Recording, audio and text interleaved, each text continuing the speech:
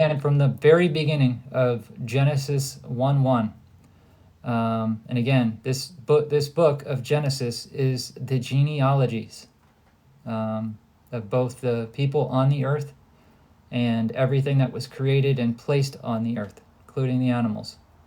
But we know that the breath of life that was given to all of mankind, right? And also, I want to make this statement before we get too far into this. People get hung up on the idea that angels can come down in the form of men. But yet we don't get hung up on the fact that men were fed angels' bread, right, in the wilderness. So by the time we get to Genesis 19, we see that 3 men will appear and they will eat food with Abraham. Keep that in mind, that when these angels come down to earth, they do have the ability to eat food and sustain themselves. But by the time we get to Genesis 19, you're going to see that the blindness that is smiting the people of Sodom is because the angels are taking on their angelic form. Okay, so it makes it very clear who they are.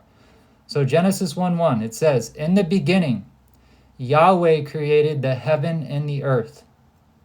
So we're going to stop for a second from there, and we're going to read from Proverbs 8:22 through 31. And as we go through Genesis, we're just going to cover some different scriptures that pertain to this. So it says, Yahweh possessed me in the beginning of his ways, before his works of old. So again, I want us to consider this before we get into verse 2. I was set up from everlasting, from the beginning, or ever the earth was. So this is prior to the earth. This is prior to what we just read, Genesis 1:1. When there were no depths, I was brought forth. When there were no fountains abounding with water. Before the mountains were settled, before the hills was, I was brought forth. While as yet he had not made the earth, nor the fields, nor the highest part of the dust of the world. When he prepared the heavens, I was there. When he set a compass upon the face of the depth, when he established the clouds above, when he strengthened the fountains of the deep, when he gave the sea its decree that the waters should not pass his commandment, when he anointed the foundations of the earth, then I was by him as one brought up with him, and I was daily his delight, rejoicing always before him, rejoicing in the habitable part of his earth, and my delights were with the sons of men. So yes, this is going to tie into with who created in Genesis 1:1. It says that the Father created, but we also are going to go into agency and understand how these creations come to be. All right, Genesis 1 verse 2. And the earth was without form and void, and the darkness was upon the face of the deep, and the Spirit of Yahweh moved upon the face of the waters. Now, I want to consider some things from the prophets. This first one, I don't know if you guys will have, but this is from the Rotherham's Emphasized Bible. It's an older version of Scripture, and it's Jeremiah chapter 4, 23 through 27. And it says, I beheld the earth, and lo, it was a waste and wild. The heaven also, and their light was not. I beheld the mountains, and they were low, they were trembling, and the hills were violently moved. I beheld, and lo, there was no human being. Yea, all the birds of the heaven fled. And I beheld, and lo, the garden land was desert, and all of its cities had been broken down because of Yahweh, because of the glow of his anger. So again, we are considering Yahweh's works of old. We can't just say that Yahweh came into being and then he decided to create this earth and that's all that Yahweh's ever created. That would be silly for us to even assume, knowing that the Father has no beginning and has no end, and we need to consider that he knew us before we were even on this earth. All right. Isaiah chapter 45, 18 through 19. Now I want to pay close attention to the word vain here, okay? Starting in verse 18, it says, "For thus saith Yahweh that created the heavens, Yahweh himself that formed the earth and made it. He established it, and he created it not in vain. He formed it to be inhabited. I am Yahweh, and there is none else. I have not spoken in secret, in a dark place of the earth. I said not unto Jacob, the seed of Jacob, seek ye me in vain. I, Yahweh, speak in righteousness. I declare things that are right." So again, we have to understand what it means to take the name of the Father in vain, and we have to also understand what he's talking about here, that he didn't create the earth in vain. It wasn't by accident. Everything that was created on this earth and anything that was created prior was created for a reason. And again, that was Isaiah chapter 45, 18 through 19.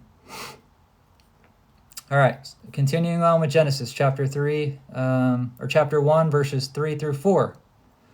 "And Yahweh said, Let there be light, and there was light." Now, consider this. We haven't even gotten to the sun and the moon and the stars being created yet. We're just in verse 3. Yahweh is saying, "Let there be light." Verse 4, "And Yahweh saw the light that it was good, and Yahweh divided the light from the darkness." The Messiah from Satan. Light and darkness. Again, this book declares who the light of the world is. Both in this chapter and the book of Revelation declare it. It's very, very clear. We're going to look at it in Revelation 21, verses 22 through 24. And it says, "And I saw a temple therein," John speaking, "for Yahweh Almighty created, and the Lamb are the temple of it. And the city had no need for a sun, neither of the moon, to shine in it, for the glory of Yahweh did lighten it, and the Lamb is the light thereof. And the nations of them which are saved shall walk in the light of it," saying that they shall walk in the light of the Messiah. Again, "and the kings of the earth do bring their glory and honor into it." So again, what is the purpose of us being here on the earth? We have to consider all the things from the beginning to the end. Now I'm going to look at John 1:1, and we're going to read John 1:1 through 4, because this is important. That was Revelation 21, 22 through 24.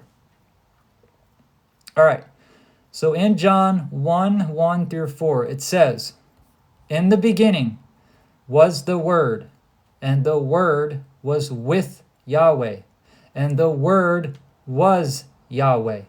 Okay? So again, people just read this, they cherry pick it, and they run with it, and that's all they consider. Verse 2, "The same was in the beginning with Yahweh." Verse 3, "And all things were made by him, and without him was not anything that was made." Verse 4, "In him was the life, and the life was the light of men." So again, if we just read verse 1, then we're cherry picking. I'm going to read verse 5 as well. "And the light shineth in the darkness, and the darkness comprehended it not." So the light is shining, the Messiah is shining into the darkness, but darkness can't comprehend the truth, the word, the Torah.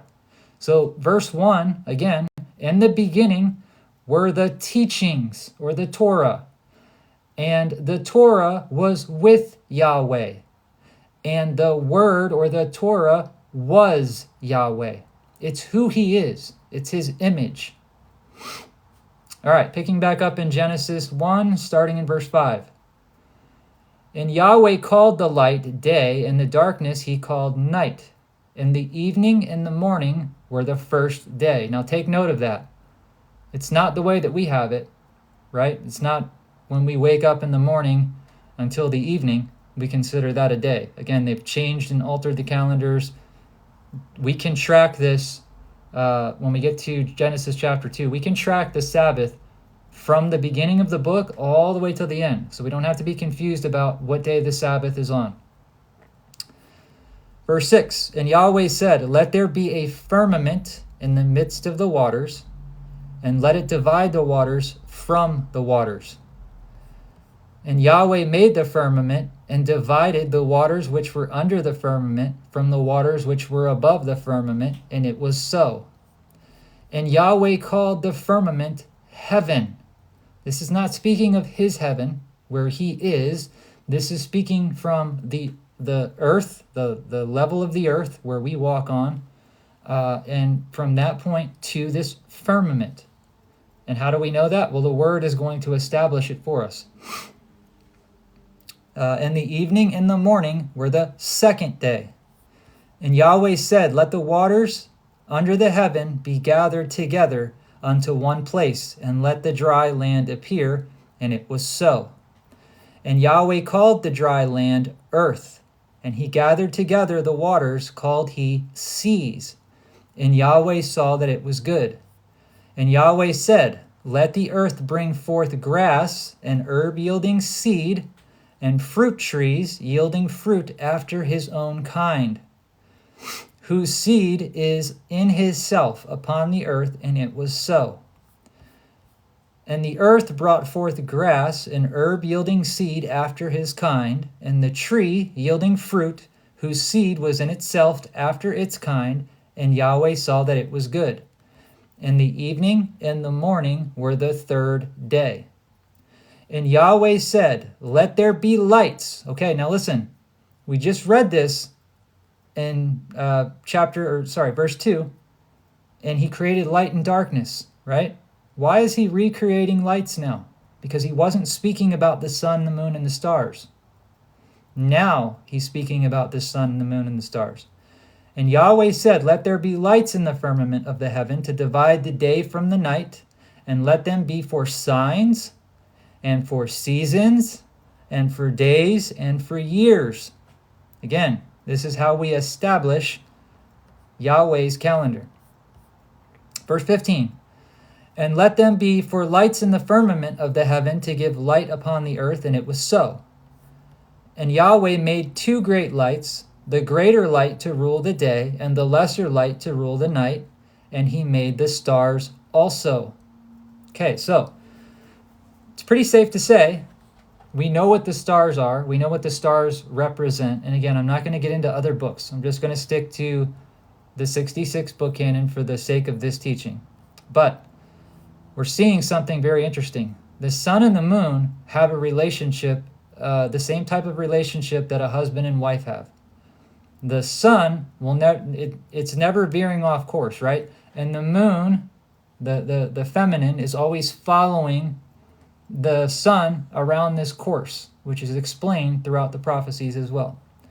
Verse 17, and Yahweh set them, the sun, the moon, and the stars, in the firmament of the heavens to give light upon the earth. Now, we know there are three of these because Paul speaks about them. Paul speaks about this in 2 Corinthians being taken up and being given a vision which he couldn't even put into words, right? And when he did that, he was resisted by Satan. And this is where Paul is speaking about the thorn in his side, right? Paul is asking the Father to remove this thorn. And again, we've been through that as well, so I'm not going to cover that, but I just want people to go look at these things and consider them. Verse 18, and to rule over the day and over the night, and to divide the light from the darkness. And Yahweh saw that it was good. And the evening and the morning were the fourth day. And Yahweh said, let the waters bring forth abundantly the moving creature that hath life. Life is our soul, right? And the fowl that fly above the earth in the open firmament of the heaven. And Yahweh created great whales, and every living creature that moveth, which the waters brought forth abundantly after their kind, and every winged fowl after its kind, and Yahweh saw that it was good. Again, this crossbreeding of seed is not allowed. right? If you take like I said this the last time I was live, if you take a lion and a tiger and you mix them, you get a liger. And with that beast that is crossbred, it just continues to grow and grow and grow, right? So this is why he's making this clear. And again, people will say, well, there's no way that Noah could have possibly gotten all of the animals on the earth on the ark. Yes, he could have, if it weren't for men crossbreeding animals like they have. Verse 21, verse 22, and Yahweh blessed them, saying, be fruitful and multiply and fill the waters in the seas, and let the fowl multiply in the earth. In the evening and the morning were the 5th day. Okay, now we have to start paying attention. And Yahweh said, let the earth bring forth the living creature after its kind, or his kind, the cattle, the creeping thing, the beast of the earth after his kind, and it was so.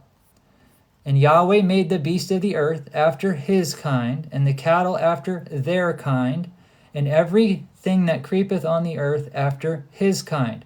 And Yahweh saw that it was good. Verse 26. And Yahweh said, let us make man. Again, this man is not the same man as Adam, which we'll get to in verse 2. But I want you guys to go back and look this word up and see that the word man and the word Adam are different. And Yahweh said, let us make man in our image and in our likeness. So again, this is the 6th day. And let them have dominion over the fish in the sea, and over the fowl of the air, and over the cattle, and over the earth, and everything that creepeth upon the earth. Verse 27. So Yahweh created man in his own image. In the image of Yahweh created he him. Male and female created he them. So we see both male and female are created on the 6th day. Verse 28. And Yahweh blessed them. And Yahweh said unto them, be fruitful and multiply. Key word here, and replenish the earth. Now we're going to look at what replenish means. And subdue it, and have dominion over the fish of the sea, and over the fowl, over the air, and over every living thing that moveth upon the earth. Now, when you're looking at that word replenish, you're going to see that it means to fill again after having been diminished or emptied, to stock anew, to fill completely, or to cause to abound. It also means to recover from former fullness. So again, it's not just speaking about plenishing the earth, it's speaking of replenishing the earth, which is to say that something was on the earth prior. Verse 29, and Yahweh said, behold, I have given you every herb bearing seed, which is upon the face of the earth, and every tree, in which is the fruit of a tree yielding seed. To you it shall be for meat. So again, he's saying this, every tree, right? Verse 30. And to every beast of the earth, and to every fowl of the air, and everything that creepeth upon the whole earth, wherein there is life, I have given every green herb for meat, and it was so. Verse 31. And Yahweh saw that everything that he had made, and behold, it was very good. And the evening and the morning were the 6th day. All right, now, let's go to Genesis chapter 2. Let's get some understanding of what it is we just read.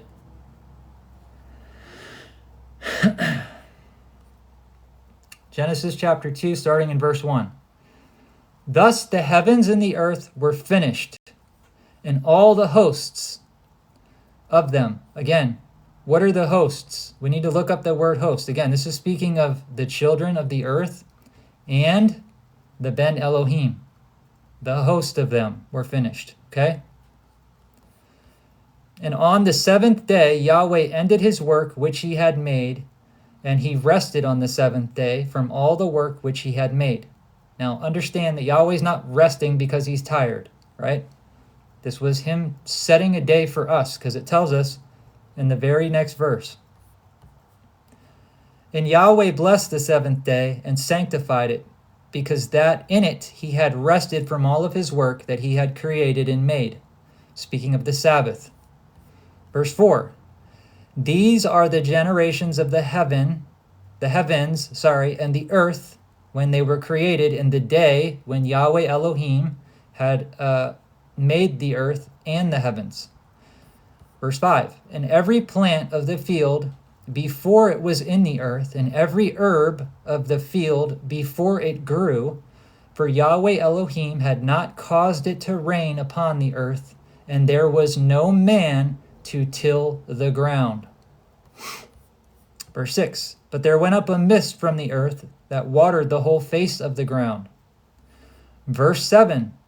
And Yahweh Elohim formed man. Now this man is different from the man in Genesis 1, 26 or 27. Again, this was speaking of all of the nations on the earth.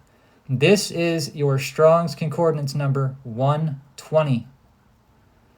And Yahweh Elohim formed man of the dust of the ground and breathed into his nostrils the breath of life, and man became a living soul.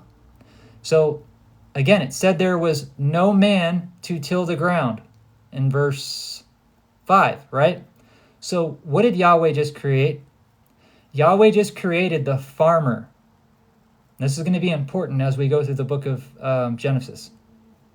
And that word, man, in the Strong's Concordance means Eth Ha-Adam, the man, Adam. Okay? And again, you're going to need to study this out in the Masoretic text. You're going to have to go back. I'll show you guys the one that I have. This is the most accurate one that I own, but it's not the only one that I own. So it's called the green. I know it's backwards, but it looks like this. And on the front, it's the interlinear Hebrew, Greek, and English. So if you don't have that, you can look it up online. There are PDFs of it, and there are apps that have it. Verse 8. And Yahweh Elohim planted a garden eastward in Eden, and there he put the man whom he had formed. So we're seeing a different creation here. We're seeing a different man, a farmer, to till the ground. And he's placing the man whom he created and formed in verse 8. And he's placing him in the garden that he made. Remember, when they fall, they get cast out of the garden into the earth, the rest of the earth that he just created. Verse 9. And out of the ground made Yahweh Elohim to grow every tree that is pleasant to the sight, that is good for food, the tree of life also in the midst of the garden, and the tree of knowledge of good and evil. This is not speaking of literal food, guys. Speaking of our Messiah and Satan and all of the other trees that were in the midst of the garden. Verse 10. And the river went out of Eden and watered the garden, and from hence it was parted and became into 4 heads. The name of the first is Pison. This is which that compasseth the whole land of Havilah, where there is gold. And the gold of that land is good. And there is bdellium and the onyx stone. And the name of the second river is Gihon. The same is that compasseth the whole land of Ethiopia. And the name of the third river is Hiddekel. That is which goeth towards the east of the Assyria. And the fourth is the river Euphrates. So I want you to remember these rivers, okay? Because they're going to be important as we get through the rest of the book concerning the locations of which the children of Israel or the Hebrew people were traveling.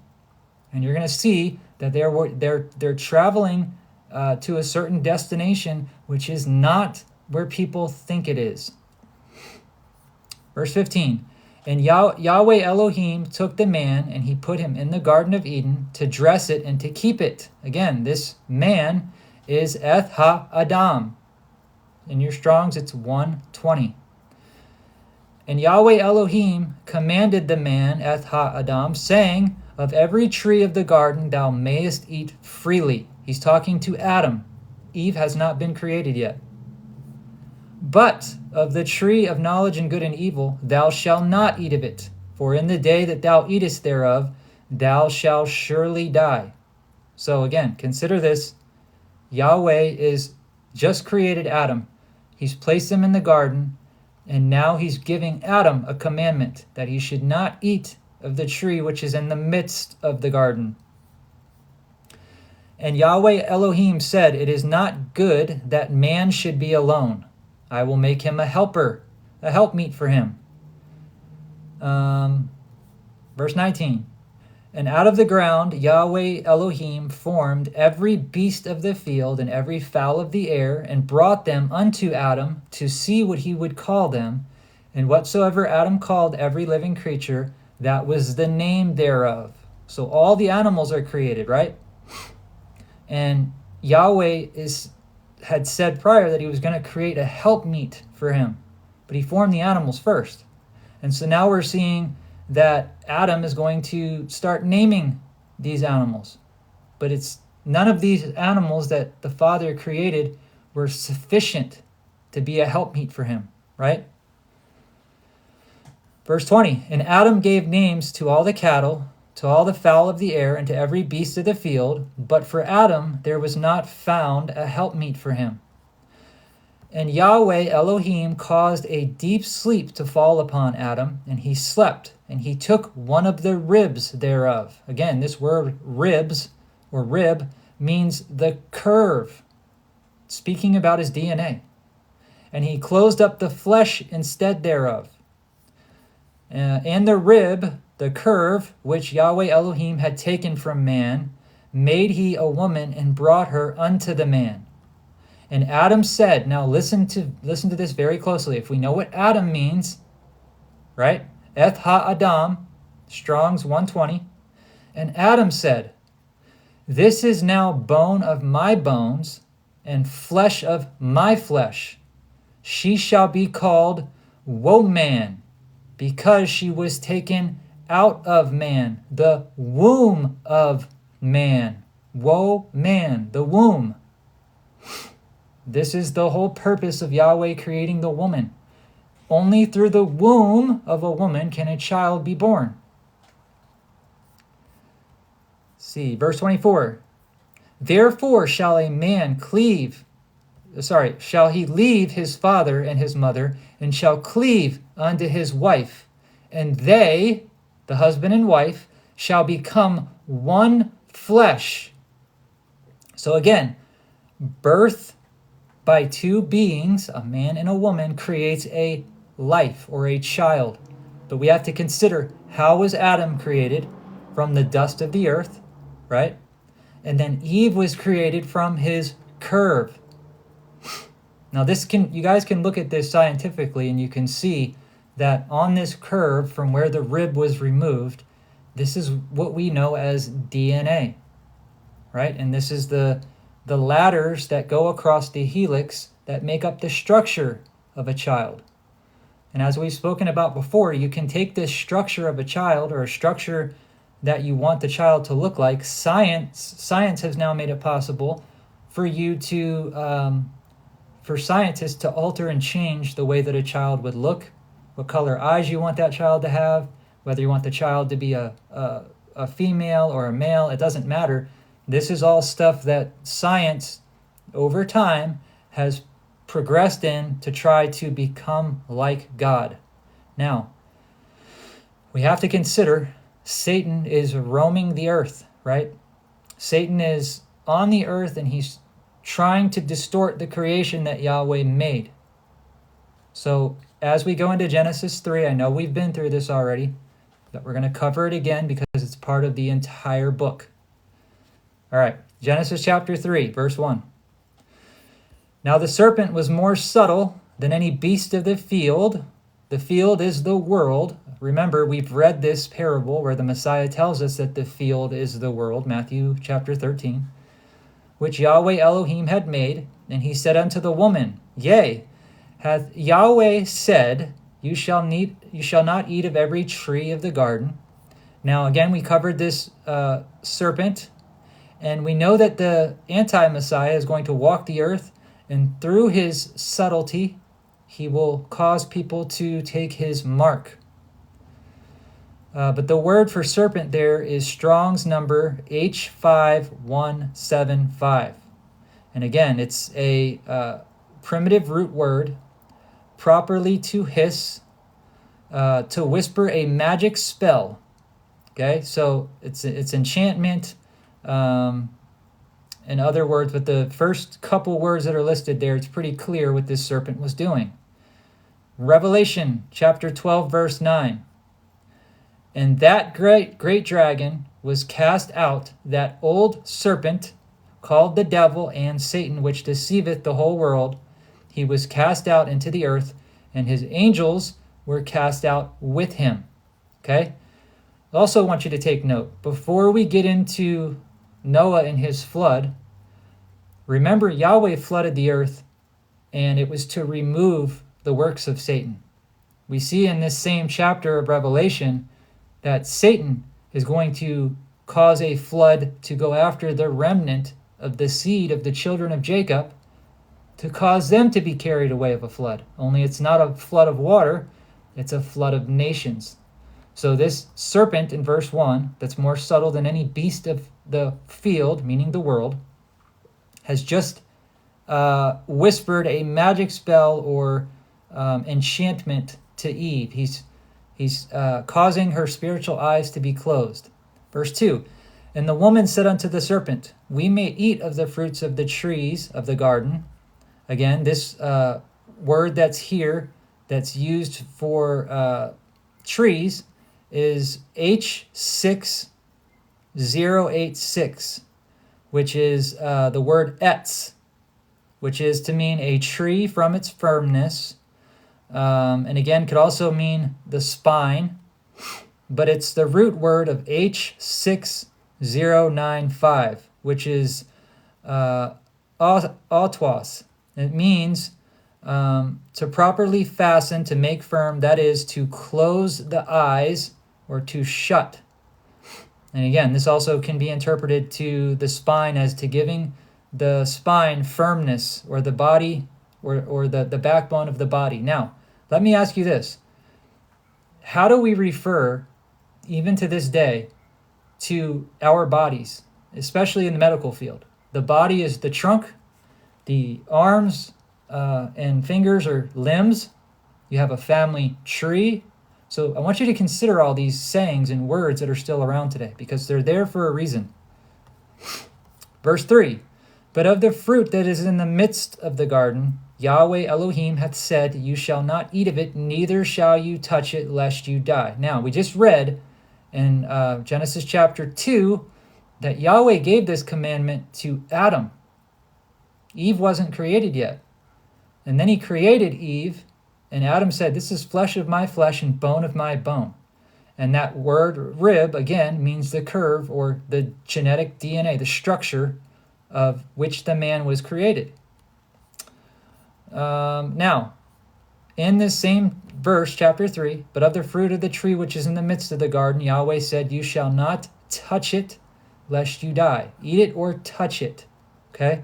The word touch is Strong's number H5060, which is nagal, which is a euphemism to lie with a woman. Okay? Verse 4, and the serpent said unto the woman, ye shall not surely die, for Yahweh doeth know that in the day that you eat thereof, your eyes shall be opened, and you shall be as gods, knowing good from evil. Now, is Satan lying all the way through here? Yes and no, because they were already created in the image of the Father. And we just saw that the word tree that's being used there, the root word means to close the eyes, or to cause the eyes to be closed, to shut the eyes. Now he's saying in verse 4, for Yahweh doeth know that in the day that you eat thereof, your eyes shall be opened. So what happens when they partake of these trees that are in the midst of the garden, which, by the way, if you know the parable of the fig tree, you'll understand that this wasn't an apple tree, that they were amongst a grove of fig trees. All right, let's look at 2 Corinthians 11, verses 3 through 4. This is Paul speaking. For I am jealous over you with a godly jealousy, for I have espoused you to one husband. Okay, so Paul's speaking about his people that he's brought to truth, and he's saying, I am jealous over you with a godly jealousy, for I have led you back to the Messiah, to the Father's will, right? I have espoused you to one husband, that I may present you as a chaste virgin to Yeshua. Now, why would Paul say this in the context that he's saying it? Verse 3, but I fear lest by any means, as the serpent beguiled Eve through his subtlety, so your mind should be corrupted from the simplicity that is in Yeshua. So he's speaking about being a chaste virgin, right? And he's saying that he's espoused them to one husband, that he may present them as a chaste virgin to Yeshua. But his fear is that they might be led away and beguiled, and that word beguiled can also mean to seduce, through the subtlety, so that your mind should be corrupted in the simplicity, childlike faith that is in our Messiah Yeshua. For if he that cometh preacheth another Yeshua, whom we have not preached, or if you receive another spirit, which you have not received, or another gospel, which you have not accepted, you might as well bear with him. Bear with who? Satan. Because Satan is the only one that's going to bring another gospel or change the gospel of the word of our Father. Period. It's that simple. Now, the word beguiled in your Strong's Concordance is G1818. And it is the word expactio, which means the very first meaning of this word is to wholly seduce, beguile, or deceive. The root word of that is your Strong's number G538, and it means of uncertain derivation, to cheat, that is to delude or deceive. So again, I'm using the original words here. I'm not adding or taking away from anything. I'm just reading what's originally written, and I'm giving you the numbers so that you can look them up for yourself. All right, back to Genesis 3, verse 6.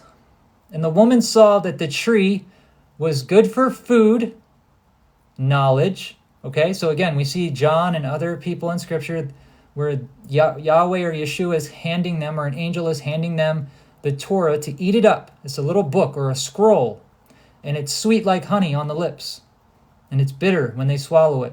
Why? Because they're teaching the word, and people don't want to hear truth. Okay, so when the woman saw the tree, that it was good for food, knowledge, and that it was pleasant to the eyes, flesh, and that the tree was to be desired to make one wise, flesh and knowledge, flesh and understanding. Otherwise, it would have just said, and the woman saw that the tree, that it was good for food, period. It wouldn't be saying all these other things. And she took of the fruit thereof, of this tree of knowledge and good and evil. So you could say the Torah of Satan, and did eat, and gave also to her husband, which was with her, and he did eat. Now, does Yahweh call us trees? Let's go to Isaiah chapter 60, verse 21.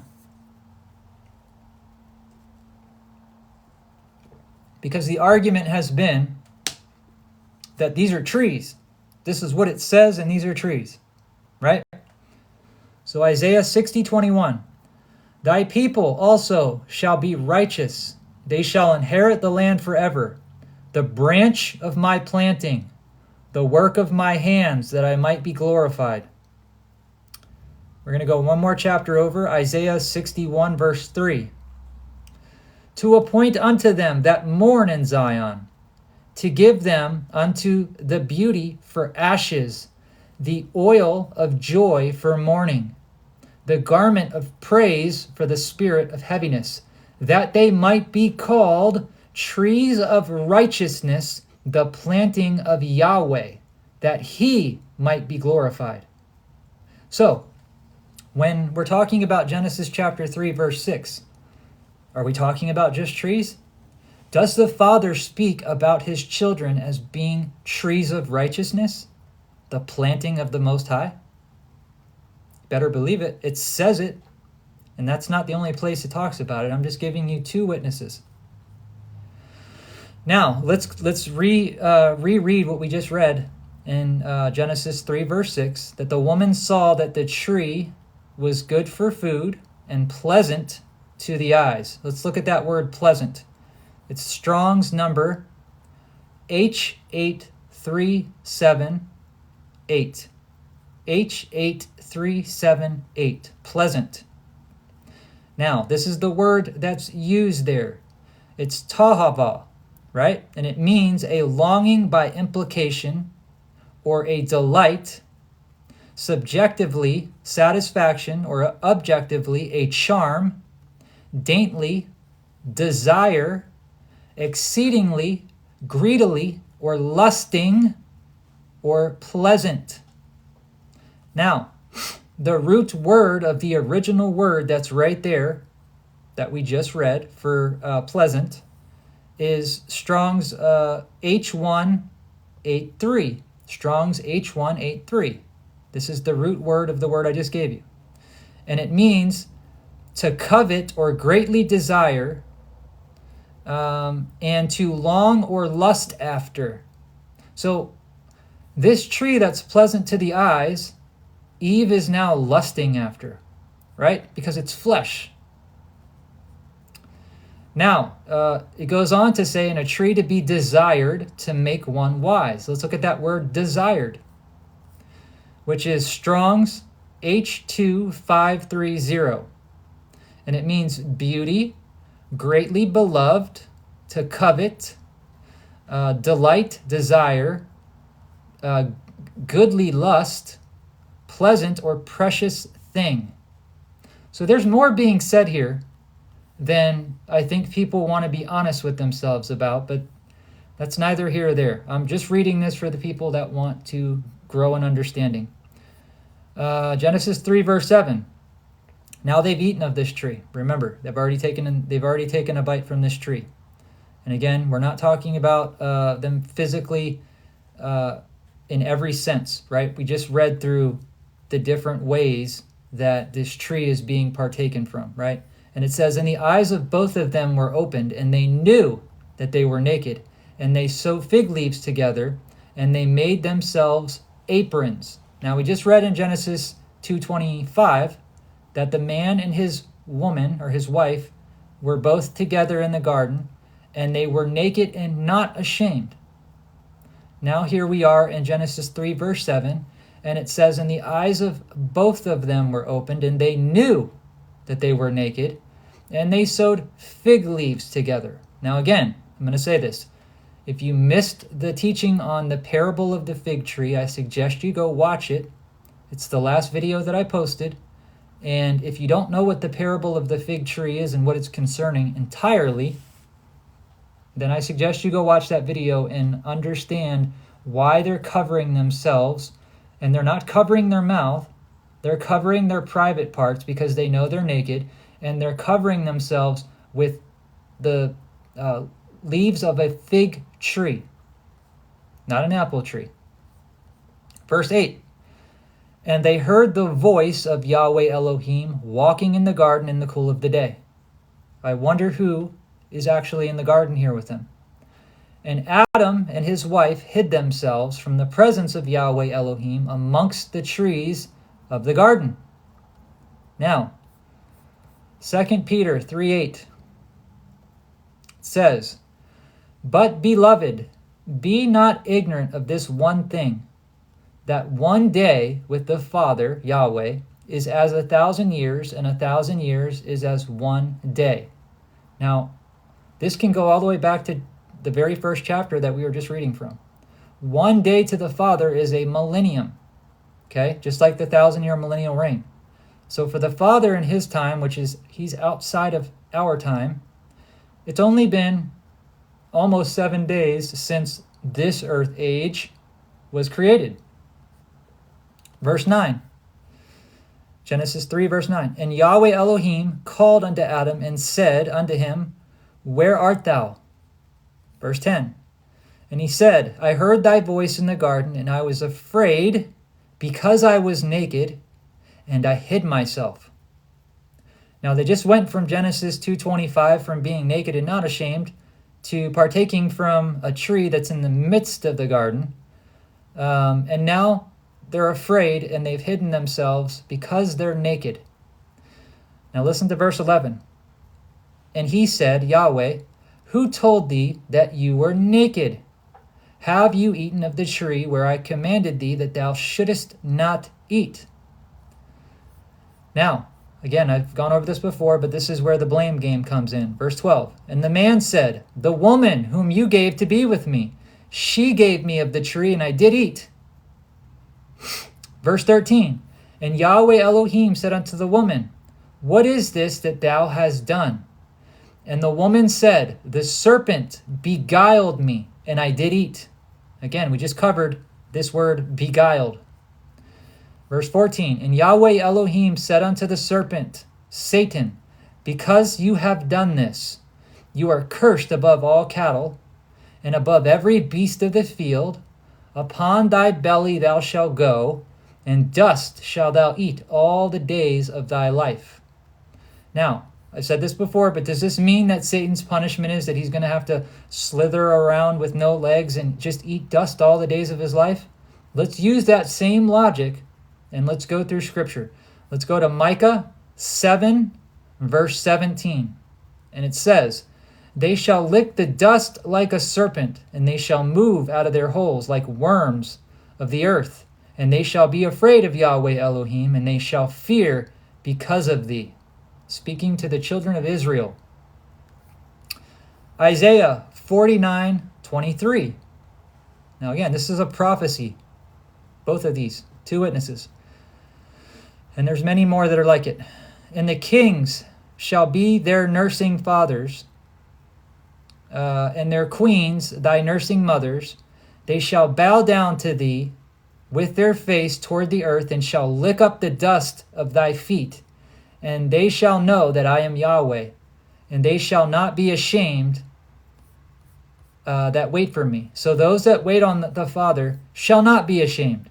And we see this this parable of covering going all throughout the Old Testament and the New Testament, how uncovering nakedness, the things that it means, and how it always leads back to lust or sexual immorality. Verse 15. And I will put enmity between thee, speaking about Satan, and Eve, the woman, and between thy seed and her seed. And it shall bruise thy head, and thou shalt bruise his heel.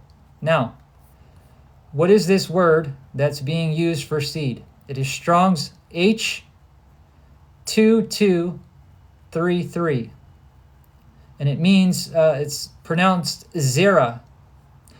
And it means figuratively fruit plant sowing, and carnally a child or fruitful, a seed time or sowing. So this is also referring to, I got to be careful what I say, but offspring, a nation, intercourse, descendant, descendants, children, race, seed, and I can't say the other one. It's what comes out of man, his seed. Okay? Now, we're going to look at Matthew 13:37 through 40. This is the parable that the Messiah was giving, so that there's no confusion about what the world is. Genesis 3:1, right? Matthew 13:37 through 40. And the Messiah answered and said unto them, He that soweth the good seed is the Son of Man. The field is the world. So remember, what did we just read in Genesis 3:1? And Satan, the serpent, was more subtle than any beast of the field. What is the field? The field is the word, according to verse 38 here in Matthew 13. The field is the world. And the good seed are the children of the kingdom, but the tares are the children of the wicked one. The enemy that soweth them is the devil. The harvest is the end of the world, and the reapers are the angels. This is spoken of in the book of Revelation. As therefore the tares are gathered and burned in the fire, so shall it be in the end of this world. If you haven't read the parable in Matthew 13, I suggest you go read it. It's very important. All right. So for me, as I mentioned when we started this book, I'm going to continue to move on. I'm not going to harp on this too much, but I want people to be honest about what they're reading. And I want people to read through this entire book, not cherry picking, and understand what the prophecies mean and understand what it is that this book says and what it is that we preach, because we're preaching truth. Verse 16, back in Genesis. Unto the woman he said, I will greatly multiply thy sorrow and thy conception. Sorrow and conception from eating from a fig tree? I think not. In sorrow thou shalt bring forth children, and thy desire shall be to thy husband, and he shall rule over thee. Remember, the two become one flesh. But what happens when a man sleeps with more than one woman? Well, biblically speaking, according to the prophets, when we read men like kings had multiple wives, according to the Torah, you have to keep all of those wives. You have to treat them all the same. You can't treat one differently than the other. And we see a good example of this with Isaac, right? And many of the other children that are born throughout this seed line. Verse 17. And unto Adam he said, Because thou hast hearkened to the voice of thy wife, and eaten of the tree which I commanded thee, saying, Thou shalt not eat of it, cursed is the ground for thy sake. In sorrow thou shalt eat of it all the days of thy life. Thorns and thistles shall it bring forth to thee, and thou shalt eat of the herb of the field. In the sweat of thy face thou shalt eat bread, till thou return unto the ground, for out of it thou wast taken. From dust thou art, and unto dust thou shalt return. And Adam called his wife, named his wife, Eve, because Eve is the mother of all living. Verse 21, unto Adam also and to his wife, Yahweh Elohim made them coats of skins and clothed them. So no more of the fig tree leaves. Yahweh is showing many acts of mercy here. Although there is a punishment, the ground will not remain cursed for Adam's sake as it does for Cain. Why? Because we see the children of Israel are usually farmers. And we saw this in Genesis chapter 2, that Adam, his name Adam, is not the same name as the name for man that is in the sixth day of creation in Genesis chapter 1. There's a big difference. And Adam and his wife were created and placed in the garden. Now, we're seeing what's coming to pass because of this sin. As we get to the end of this book, we're going to see what happens.